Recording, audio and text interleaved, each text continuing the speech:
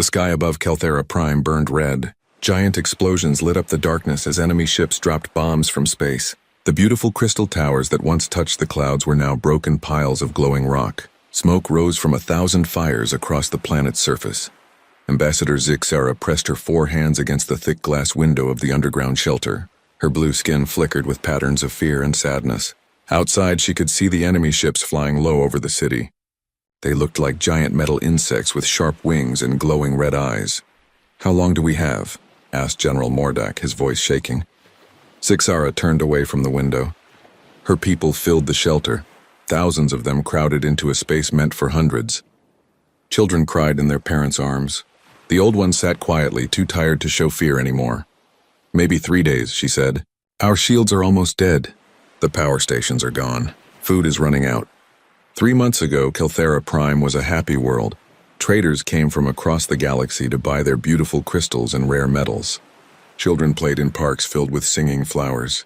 Artists created sculptures that floated in the air like frozen music. Then the Vorthak came. The Vorthak hegemony was an empire of bug-like aliens who conquered worlds for their resources. They had no interest in art or beauty or life. They only wanted what they could take. At first, the Keltharans thought they would be safe. They sent messages to all their friends in the galaxy asking for help. The Galactic Confederation received their calls. So did the mighty Altarian Empire and the rich trading coalition. But no help came. The Confederation said their fleets were busy fighting other wars. The Altarians said Kelthera Prime was not important enough to risk their ships. The trading coalition calculated that saving Kelthera would cost more than the planet was worth. One by one, every nation in the galaxy found reasons to ignore the dying world. Zixara remembered the last transmission from the Confederation. A board official had appeared on the screen, barely looking up from his paperwork. "We regret to inform you that no military assistance can be provided at this time," he had said. "We suggest you negotiate with your attackers. Perhaps you can reach a peaceful solution." A peaceful solution, as if the Vorthak cared about peace. They had already enslaved 47 worlds. They turned living planets into empty rocks, taking everything useful and leaving the rest to die. Another explosion shook the shelter. Dust fell from the ceiling. A child started crying and his mother held him close. "What about the outer colonies?" asked General Mordak. "Maybe some of our people escaped." Zixara shook her head. "The Vorthak found them all. Kelthera 7 stopped broadcasting yesterday. Kelthera 9, we lost contact 2 weeks ago. She had tried everything. Secret messages sent through old trade routes. Bribes offered to smuggler captains. Desperate pleas broadcast on every frequency her people knew. Nothing worked. The galaxy was full of advanced civilizations with powerful ships and mighty weapons. But they all had laws and treaties and trade agreements. They had to think about politics and economics. They couldn't just rush off to save strangers. "Ma'am," said a young technician running up to them. The deep scanners picked up something strange. "What kind of strange?" Zixara asked. "Ships approaching the system, but they're not on any registry. The computer doesn't recognize their design." Hope fluttered in Zixara's chest like a small bird. "How many ships?" "Hard to tell. Maybe 20. They're still far away. But ma'am, they're moving really fast. Faster than anything I've ever seen." General Mordak moved to the scanner display. His eyes widened as he looked at the readings. "This can't be right. Nothing moves that fast in normal space." "Could it be reinforcements?" asked someone. "From who?" Zixara said bitterly. "We've asked everyone. No one is coming." But even as she spoke, she felt something change in the air. The technicians were talking excitedly, pointing at their screens. The scanner showed the unknown ships getting closer and closer. They were definitely warships. Their energy signatures were huge, bigger than anything the Keltharans had ever seen. Even bigger than Vorthak dreadnoughts. "They're transmitting," said the communications officer. It's in galactic standard, but the accent is strange." "Put it on speaker," Zixara ordered. Static filled the shelter. Then a rough voice broke through. The words were clear but pronounced in a way none of them had heard before. "This is Admiral Sarah Chen of the Terran Defense Force. Any Keltharan vessels, please respond. We are here to help." The shelter went completely silent. Even the crying children stopped. "Terran?" whispered General Mordak. "I don't know that species." Zixara's mind raced. She had studied the histories of most galactic civilizations, but Terran meant nothing to her. Where could they have come from? Admiral Chen, she said into the communicator. This is Ambassador Zixera of Kelthera Prime. We didn't send any distress calls to your people. We don't even know who you are. A pause. Then, we know, ma'am. We picked up your broadcasts anyway. Nobody should have to face extinction alone. Something in the human's voice made Zixara's skin pattern shift to colors she had never shown before. It wasn't the careful politeness of a diplomat or the cold calculation of a military officer. It was something warmer, something that reminded her of how her own people talked about protecting their children. Admiral, she said, you should know what you're facing. The Vorthak have over 200 ships in this system. They've been bombarding us for 3 months. They're not known for mercy or negotiation. Another pause. When the human spoke again, her voice was harder. Dangerous. Ma'am, with respect, we didn't come here to negotiate. On the scanner, the unknown ships were now close enough for detailed readings. The Keltheran technicians gasped as the data came in. These vessels were like nothing in their databases. They were angular and brutal-looking, covered in strange markings and weapon systems that radiated barely contained power. The lead ship was enormous, easily twice the size of anything the Vorthak had brought to the siege. Admiral, Zixara said, there are so many of them. Are you sure you can, Ambassador? The human interrupted gently. You've been alone long enough. Just keep your people safe underground. We'll handle the rest. The transmission ended. On the scanners, the human fleet began to spread out in formation. They were heading straight for the Vorthak siege ships. Zixara stared at the display, hardly daring to believe what she was seeing. Somewhere in the vast galaxy, there was a species that had heard their calls for help, a people who had crossed the void to fight for strangers. She didn't know who these Terrans were or where they had come from. But for the first time in 3 months, she felt something she had almost forgotten. Hope. Admiral Krextar stood on the bridge of his flagship, the Death's Claw. His 6 eyes watched the tactical display with growing confusion. For 3 months, his fleet had been slowly crushing the pathetic Keltheran defenses. The siege was going perfectly according to plan. Then these unknown ships appeared. Report, he clicked, his mandibles snapping together in irritation. Lieutenant Vexcol scuttled over to him, her antenna twitching nervously. Admiral, we count 23 vessels. Their design is unusual. The computer cannot identify their origin. Krextar studied the readings. The ships were indeed strange. Where most civilized vessels were smooth and elegant, these were angular and crude-looking.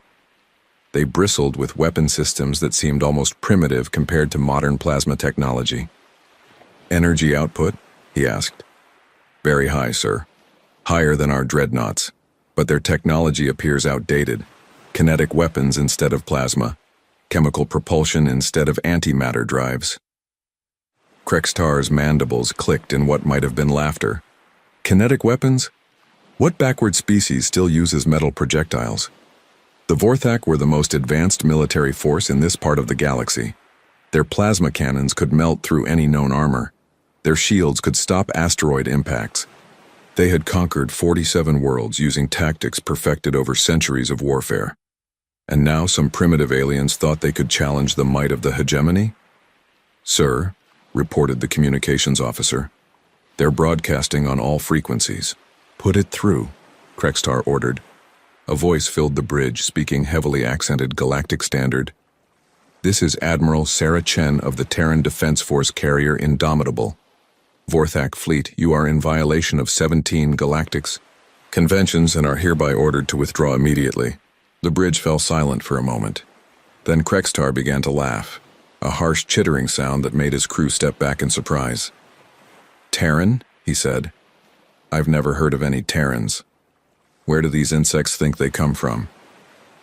Checking databases now, sir, said the intelligence officer. I'm finding references to a species called humans from a world called Terra or Earth. But, sir, they're not even members of the Galactic Confederation. Their homeworld is listed as developing status. Krextar's laughter grew louder. Developing? These primitives dare to threaten us? He activated the communication system. Unknown vessels, this is Admiral Krextar of the Vorthak hegemony. You are interfering with a legal military operation. Depart this system immediately or face destruction. The response came quickly.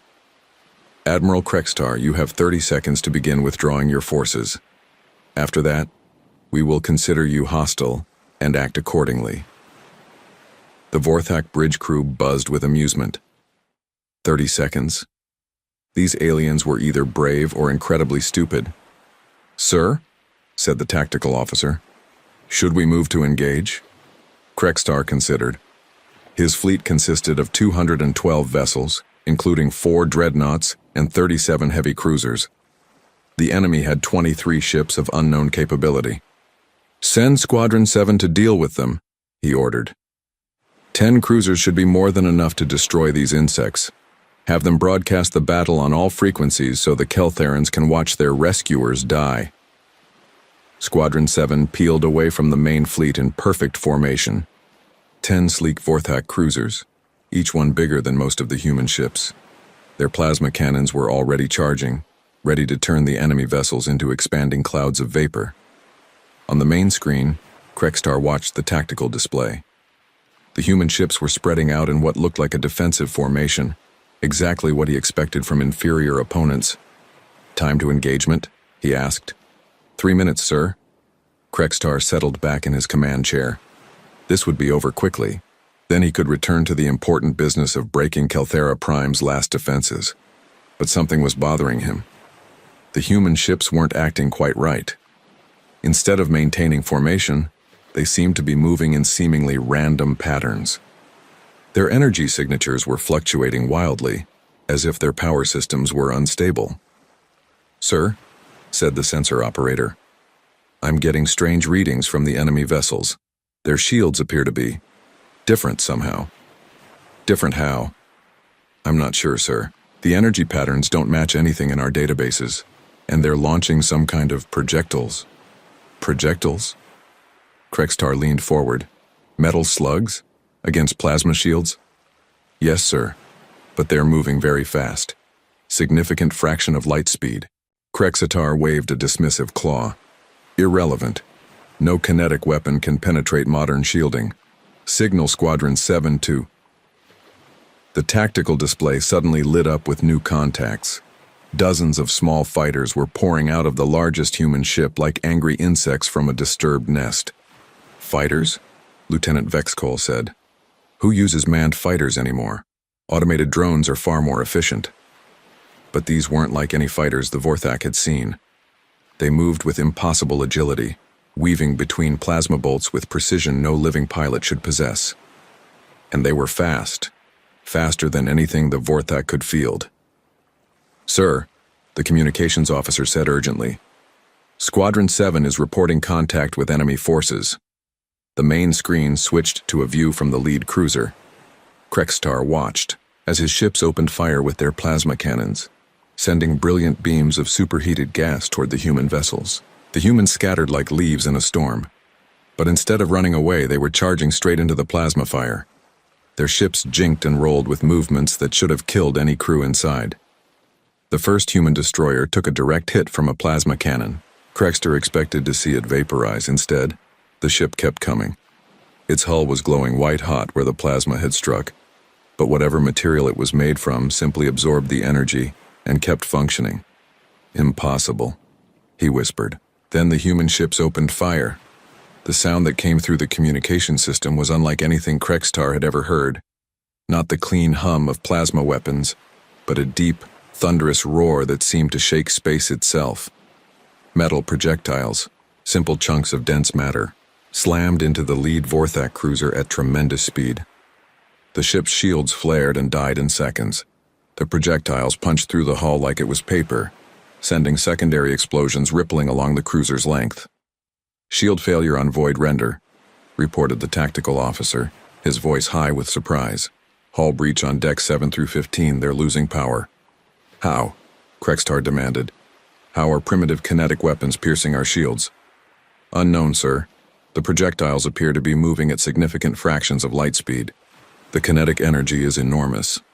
On the screen, the human fighters were swarming around the Vorthak ships like predators attacking wounded prey.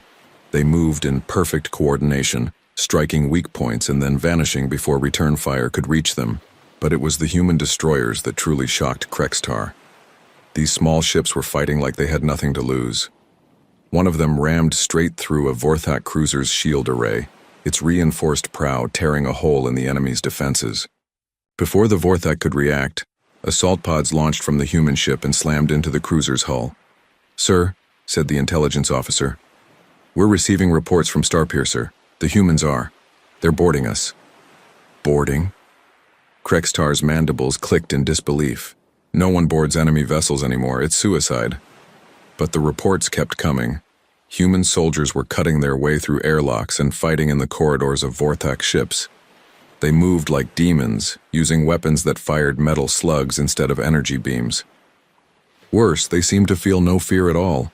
Within 30 minutes, 3 Vorthak cruisers were dead or disabled. The remaining 7 were retreating toward the main fleet, their captains broadcasting confused reports about impossible human tactics. Krextar stared at the tactical display, his confidence evaporating like morning mist. These weren't the actions of a primitive species. This was something else entirely.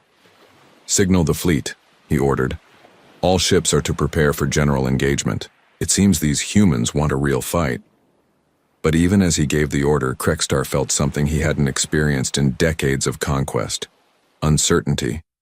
Who were these Terrans? Where had they learned to fight like this? And why had they traveled across the galaxy to defend a species they didn't even know? He was about to find out. Admiral Sarah Chen stood on the bridge of the Indomitable, watching the tactical display with calm eyes. Around her, the bridge crew worked with quiet efficiency. No panic, no shouting. Just professionals doing a job they had trained for all their lives. "Ma'am," reported Commander Torres from the weapons station, "enemy cruisers are falling back to their main fleet. We count 7 survivors out of 10. Casualties on our side?" Chen asked. "Defiant took some hull damage, but she's still fighting. Ranger lost 2 fighter squadrons. No ships destroyed," Chen nodded. The first contact had gone better than expected. The Vorthak fought like most advanced species. They relied on superior technology and overwhelming firepower. They weren't used to enemies who could take punishment and keep fighting. "Admiral," said Lieutenant Park from communications, "we're receiving a transmission from the planet. Ambassador Zixara wants to speak with you." "Put her through." The main screen flickered, showing the blue-skinned alien leader in what looked like an underground shelter. Her 4 eyes were wide with amazement. "Admiral Chen," she said, "we watched the battle from our scanners." How did such a small force defeat Vorthak cruisers?" Chen smiled grimly. "Ma'am, that wasn't a defeat. That was a probe. They were testing us with their weakest ships. The real fight is about to begin." As if summoned by her words, new contacts appeared on the tactical display. The entire Vorthak fleet was moving toward them, over 200 ships in perfect formation. "Admiral," Zixara said, her voice shaking, "there are too many of them. You should withdraw while you can. You've done more than enough already." "Ambassador," Chen said quietly, 3 months ago we received your distress call. It took us that long to get here because Terra is on the other side of the galaxy. We didn't come all this way to run from a fight." She turned to her crew. "All ships, this is Admiral Chen. The enemy is bringing everything they have. Remember your training. Remember why we're here. And remember, we've faced worse odds than this and won." The truth was, humanity had been fighting impossible odds for centuries. When humans first reached the stars, they found a galaxy already divided up by older, more advanced species. The peaceful ones ignored Earth as insignificant. The aggressive ones saw humans as potential slaves or food. Humans had learned to survive by being tougher, meaner, and more stubborn than anyone expected. When other species built beautiful ships that relied on advanced shields and energy weapons, humans built ugly ships that could take damage and keep fighting. When others followed ancient codes of honor in battle, humans followed only one rule: win. "Ma'am," said Commander Torres, "I'm reading 4 Vorthak dreadnoughts in their formation. Those are serious ships." "I see them," Chen replied. "Signal the fleet. Implement Plan Wolfpack. We're going to show these bugs how humans hunt." The human fleet suddenly scattered in all directions. To the Vorthak, it probably looked like panic. Chen knew better. Her captains were some of the best in the Terran Defense Force. They had fought against corporate fleets, During the trade wars, they had hunted pirates in the outer rim. They knew how to work together like a pack of wolves. Enemy fleet is closing to engagement range, reported the tactical officer. They're maintaining standard formation. Dreadnoughts in the center, cruisers on the flanks, destroyers screening. Chen studied the display. The Vorthak were fighting by the book, the same book that every civilized species used. Formations and protocols that had been refined over thousands of years. Humans had thrown that book away a long time ago. Launch all fighters, she ordered. Tell Squadron 7 to hit their left flank. Squadron 5 takes the right. I want those dreadnoughts isolated. The Indomitable began launching fighters at an incredible rate. The ship was designed around a new human doctrine. Instead of building a few enormous warships, they built carriers that could deploy hundreds of smaller craft. Each fighter was controlled by an AI smart enough to outfly any biological pilot, but still simple enough to be mass-produced, ma'am, said Torres. The Vorthak are launching their own fighters. Chen watched as sleek alien fighters poured out of the enemy fleet. They were beautiful machines, graceful and deadly. Each one probably cost more than a human destroyer. The two fighter swarms met in a chaotic furball of energy beams and missile trails. At first it looked even. Then the human fighters began to show their true nature. They didn't fight like individuals. They fought like a single organism with hundreds of parts. When a Vorthak fighter locked onto one human craft, 3 others would appear from different angles. When the aliens tried to break off and regroup, human fighters would pursue them with mechanical determination. Enemy fighter losses are mounting, reported Torres. They're good pilots, but they can't handle our coordination. Meanwhile, the human destroyers were doing something no sane captain would attempt.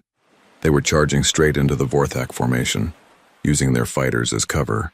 Instead of trading long-range shots like gentlemen, they were closing to point-blank range.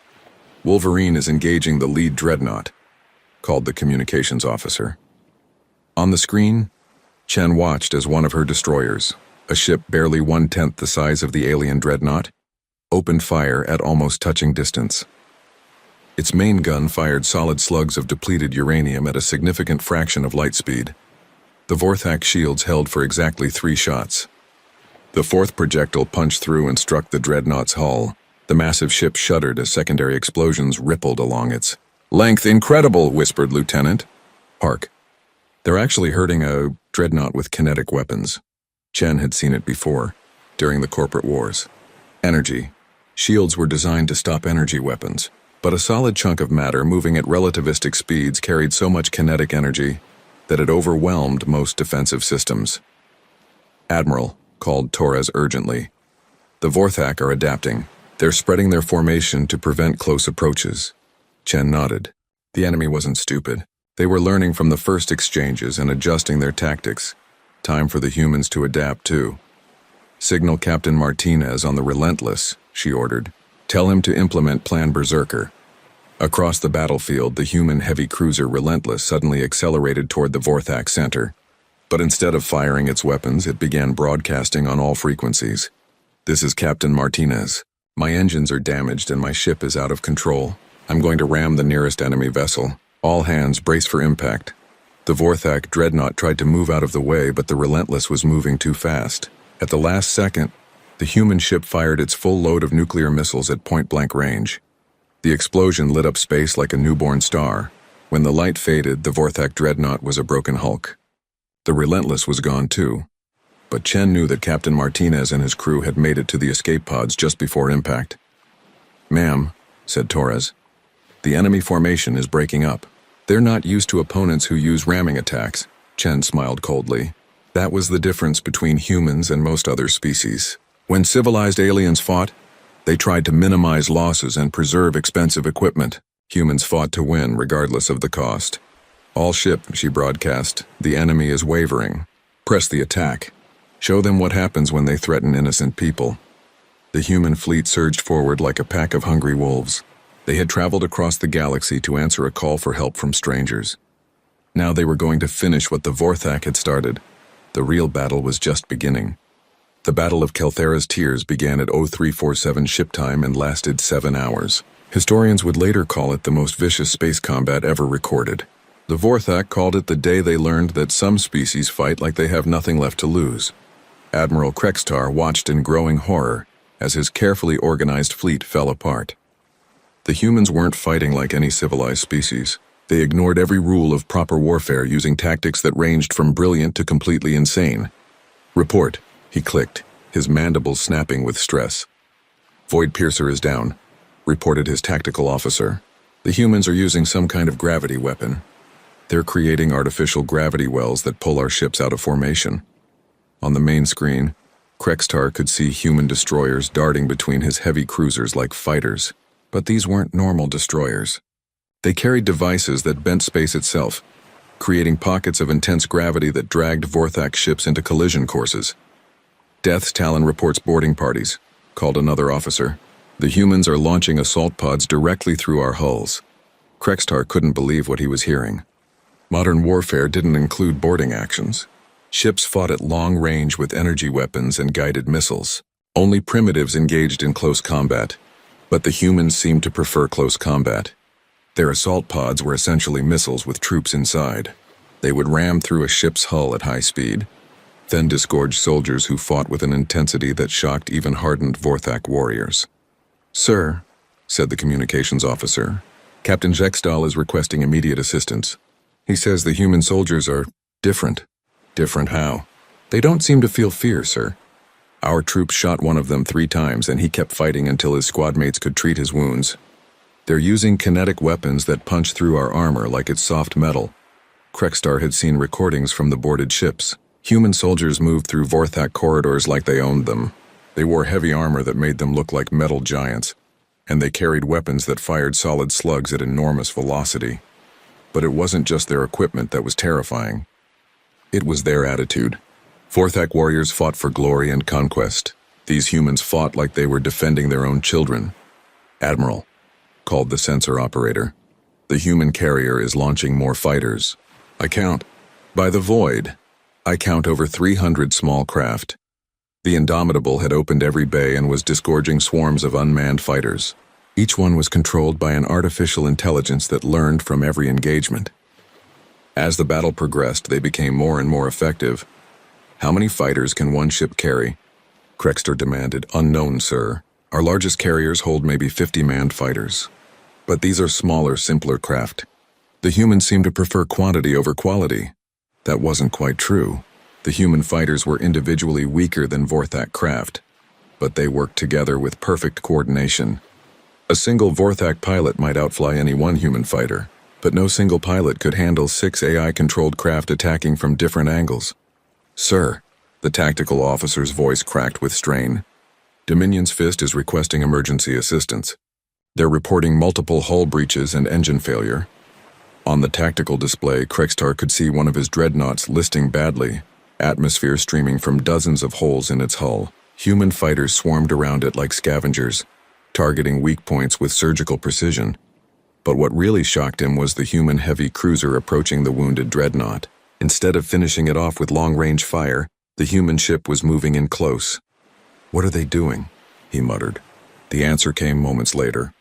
The human cruiser extended docking tubes toward the Vorthak dreadnought's bridge section. It wasn't trying to destroy the ship.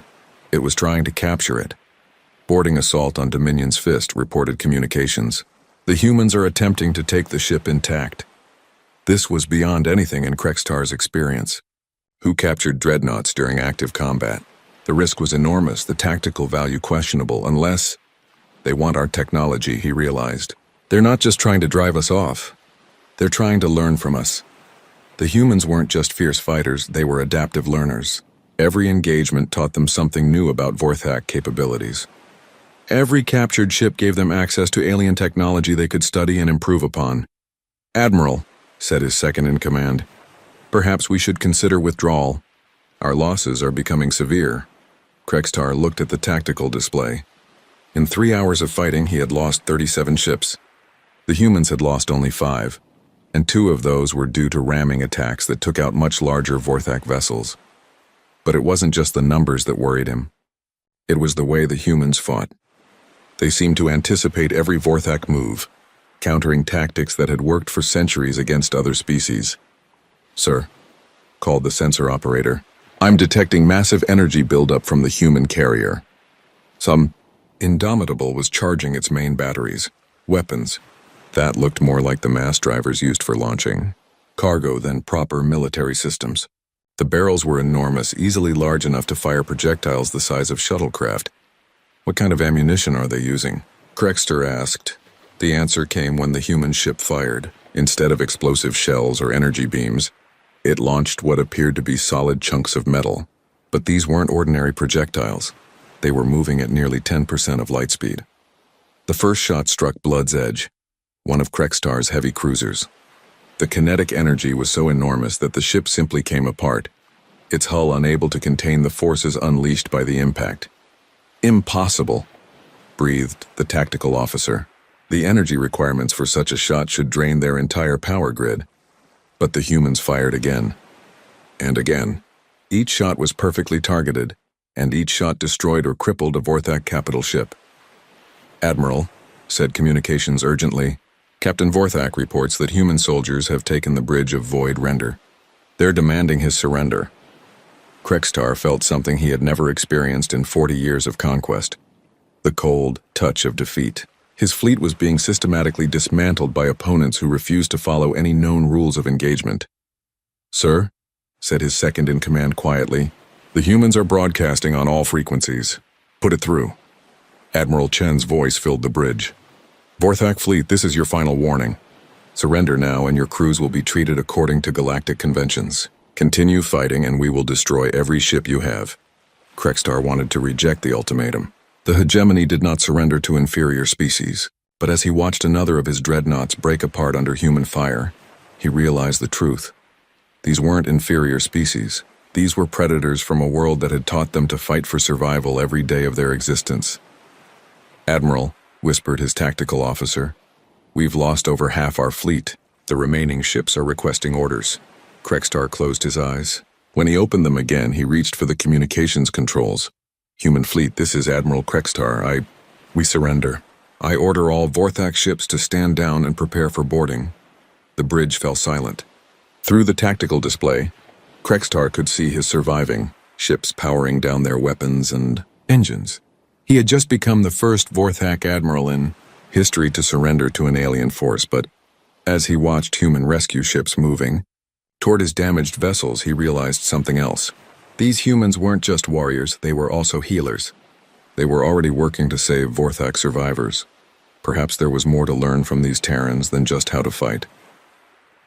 Dawn broke over Kelthera Prime for the first time in 3 months without the sound of explosions. Ambassador Zixara stood in the ruins of her city, breathing fresh air that no longer carried the smell of smoke and death. Around her, human soldiers worked alongside Keltheran civilians to clear rubble and set up medical stations. The contrast was striking. The elegant blue-skinned Keltherans with their graceful movements, and the stocky humans in their practical uniforms and heavy boots. "Ambassador," called a human medic, approaching with a wounded Keltheran child in her arms. "Where should we take the injured?" Zixara pointed toward the makeshift hospital they had established in what used to be the Grand Plaza. "The doctors are working out of the old cultural center. Thank you for helping us." The medic, her name tape read Rodriguez, smiled and jogged toward the hospital. Like all the humans Zixara had met, she seemed to find nothing strange about risking her life for aliens she had never seen before. "Ma'am," said General Mordak, approaching through the rubble, "Admiral Chen is here to see you." Zixara turned to see the human admiral walking toward them. Chen looked tired. The battle had ended only 6 hours ago, and she had been working non-stop to coordinate relief efforts. Her uniform was dirty and torn, but her eyes were still alert. "Admiral," Zixara said, "I don't know how to thank you. Your people have saved our world." Chen shrugged. A gesture Zixara was learning meant embarrassment or dismissal among humans. "Just doing our job, ma'am. How are your people holding up?" "Better than we hoped. Your medical teams are remarkable. They've already treated more wounded than our own doctors could handle in weeks." It was true. Human medical technology was different from what the Keltherans were used to, but it was incredibly effective. Their field hospitals could perform surgeries that would have required major medical centers just days before. "What about the Vorthak prisoners?" Zixara asked. Chen's expression grew serious. "We're holding them on our ships until the Galactic Confederation decides what to do with them. Admiral Krexter has been Cooperative. I think yesterday taught him some things about humans he didn't expect to learn. Zixara had seen the recordings of Krextar's surrender. The proud Vorthak admiral had looked like a broken insect, his mandibles clicking in defeat. But she had also seen human medics treating wounded Vorthak soldiers with the same care they gave to Keltheran civilians. "Admiral," she said carefully, "may I ask you something?" "Of course. Why did you come?" "We sent distress calls to every major power in the galaxy. The Confederation said they were too busy. The Altarian Empire said we weren't important enough. The Trading Coalition calculated that saving us would cost more than we were worth. But you came from the other side of the galaxy to help people you'd never met. Why?" Chen was quiet for a long moment, looking out over the damaged city.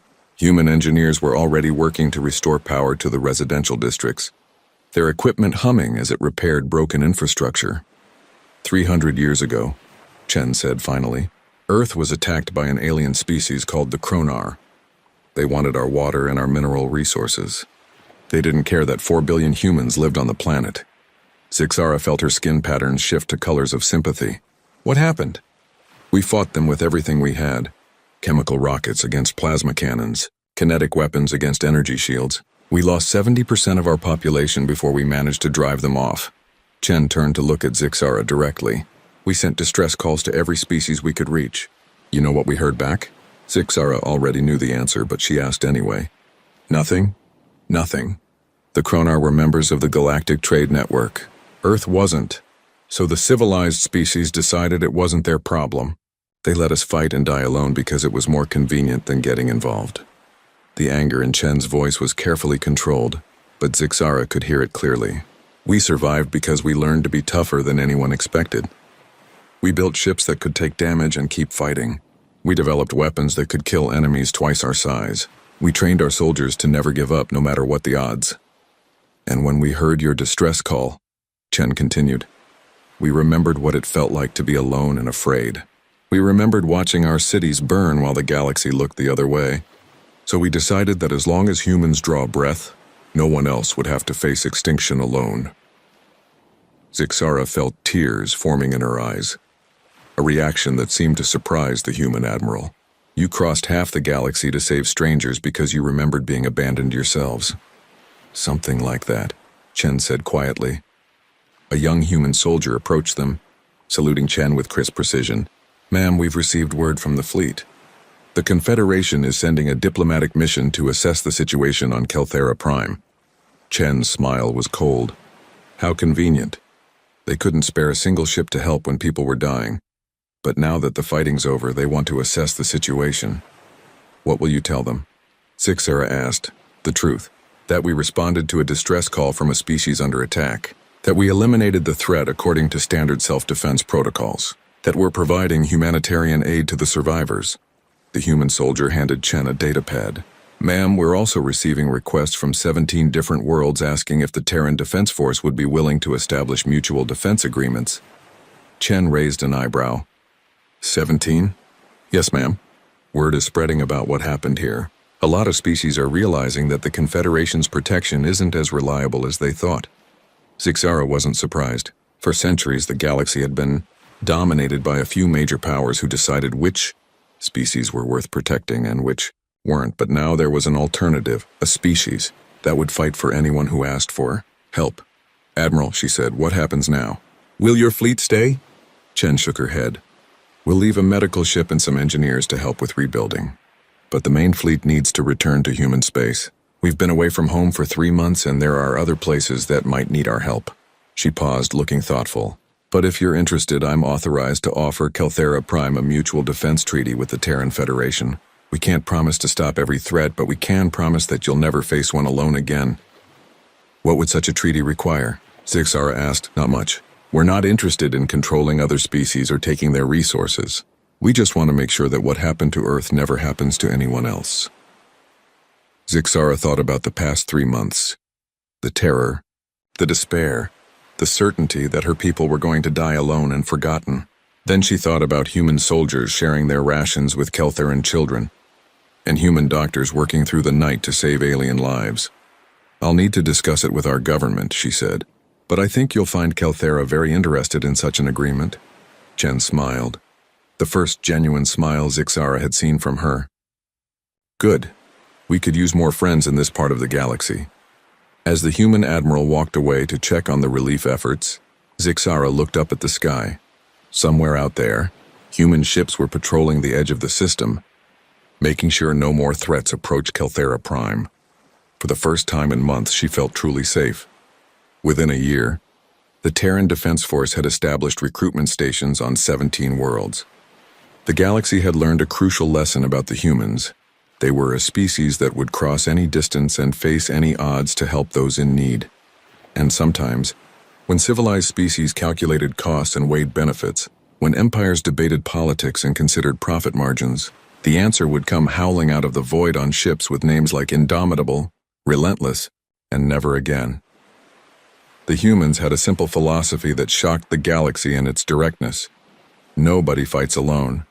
Not while humanity drew breath.